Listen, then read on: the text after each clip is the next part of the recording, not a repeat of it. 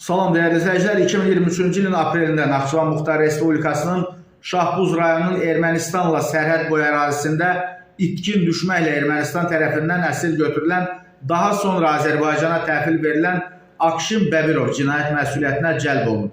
Teleqrafın məlumatına görə o cinayət məcəlləsinin 127.2.3-cü maddəsi üzrə təqsirli bilinib. Belə ki, Akşin Bəbirov Sabunçu rayon ərazisində etibarnamə əsasında idarə etdiyi Kia Pride markalı avtomobillə hərəkətdə olarkən digər hərəkət iştirakçısı ilə mübahisə yaşayıb. Mübahisə zamanı Akşin Bəbirov Mercedes markalı avtomobilin sürücüsünə qəza şəraiti yaratdığını bildirib.